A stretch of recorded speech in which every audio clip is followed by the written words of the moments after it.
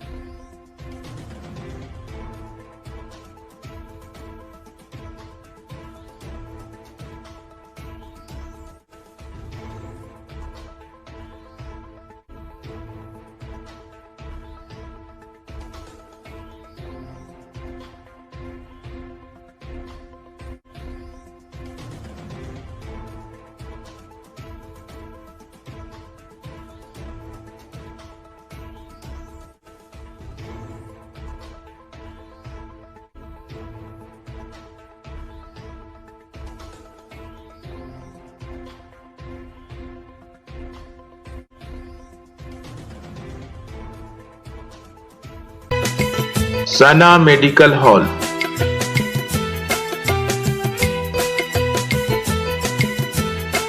%10 discount on every medicine.